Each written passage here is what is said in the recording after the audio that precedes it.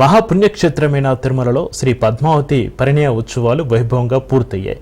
శ్రీనివాస పద్మావతి పరిణయ ఉత్సవం అంటే స్వామివారికి కళ్యాణ ఉత్సవం. శ్రీ పద్మావతి శ్రీనివాసుల పరిణయ ఉత్సవాలు మరో 2 రోజుల పాటు నిర్వహించారు. ఈ వేడుకలను నారాయణగిరి ఉద్యానవనంలోని పరిణయ ఉత్సవ మండపంలో అంగరంగ వైభవంగా జరిపించారు.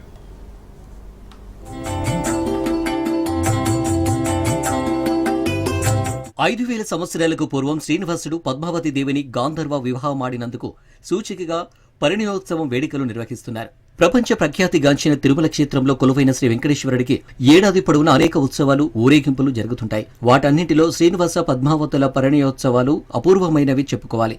శ్రీనివాసుడు, శ్రీ వెంకటేశ్వరుడు నిత్యోత్సవ ప్రియుడు. స్వామివారి వైభవాన్ని తనివితీరా చూడాలంటే ఈ జన్మ చాలదు.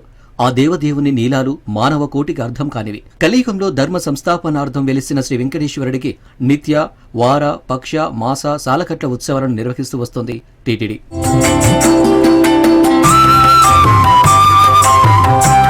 ఈ ఉత్సవాల్లో నేత్రపర్వంగా కనువిందు చేసేది పద్మావతి పరిణయోత్సవాలే. శ్రీవారిని నవవరుడిగా, శ్రీ పద్మావతి దేవిని నవవధువుగా పరిణయం వేదికలు వచ్చి అమ్మవార్లతో ఆటలు ఆడిన దృశ్యాలను చూడాలంటే ఎన్నో జన్మల పుణ్యం చేసుకున్నట్లే అంటున్నారు వేద పండితులు. పురాణాల ప్రకారం ఆకాశరాజు కుమార్తె పద్మావతి దేవిని కళ్యాణం చేసుకున్న శుభదినాన్ని పురస్కరించుకుని ఈ పరిణయోత్సవాలను శాస్త్రోక్తంగా టీటీడీ నిర్వహిస్తుంది. వైశాఖ శుద్ధ నవమి నాడు ప్రారంభమయ్యే ఈ వేడుకలకు తిరుమలలోని నారాయణగిరి ఉద్యానవనంలో నిర్వహించడం ఆనవాయితీ. శ్రీ పద్మావతి శ్రీనివాసుల పరిణయోత్సవాలు 3 రోజులు కూడా అంగరంగ వైభవంగా జరుగుతాయి.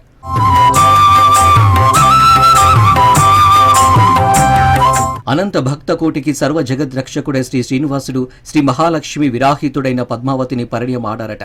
సుమారు 5000 ఏళ్ల కిందట, అంటే కలియుగం తొలినాళ్లలో సాక్షాత్తు వైకుంఠం నుండి శ్రీ మహావిష్ణువు శ్రీ వెంకటేశ్వరునిగా భూలోకానికి తరలివచ్చారు. ఆ సమయంలో నారాయణ వనాన్ని పరిపాలిస్తున్న ఆకాశరాజు తన కుమార్తె అయిన శ్రీ పద్మావతిని వెంకటేశ్వరునికిచ్చి వివాహం చేశారు. ఆకాశరాజు వైశాఖ శుద్ధ దశమి శుక్రవారం పూర్వ ఫాల్గుని నక్షత్రంలో నారాయణ వనంలో కన్యాదానం చేసినట్లుగా శ్రీ వెంకటాచల మహాత్మ్యం గ్రంథం తెలుపుతుంది. ఆనాటి పద్మావతి శ్రీనివాసుల కళ్యాణోత్సవ ముహూర్తానికి గుర్తుగా ప్రతి వైశాఖ శుద్ధ దశమి నాటికి ముందు 1 రోజు, తర్వాత 1 రోజు కలిపి మొత్తం 3 రోజుల పాటు పద్మావతి పరిణయోత్సవాన్ని టీటీడీ నిర్వహిస్తుంది. పద్మావతి పరిణయోత్సవ మండపానికి చేరుకుంటారు.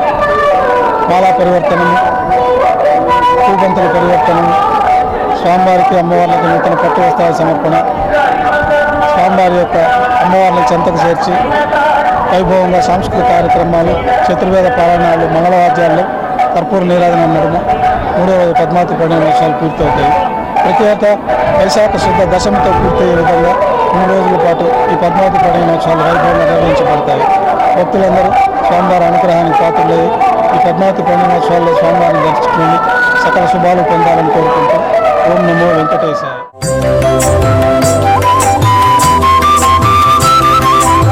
1992వ సంవత్సరం నుంచి ఈ ఉత్సవం జరుగుతుంది. ఆనాటి నారాయణ వనానికి ప్రతీకగా తిరుమల నారాయణగిరి ఉద్యానవనంలో శ్రీ పద్మావతి పరిణయ వేడుకలు జరగడం విశేషం. 3 రోజుల పాటు జరిగే ఈ వేడుకల్లో తొలి రోజు శ్రీ మలయప్ప స్వామివారు గజవాహనం, 2వ రోజు అశ్వవాహనం, చివరి రోజు గరుడ వాహనంపై వెంచేపు చేస్తారు.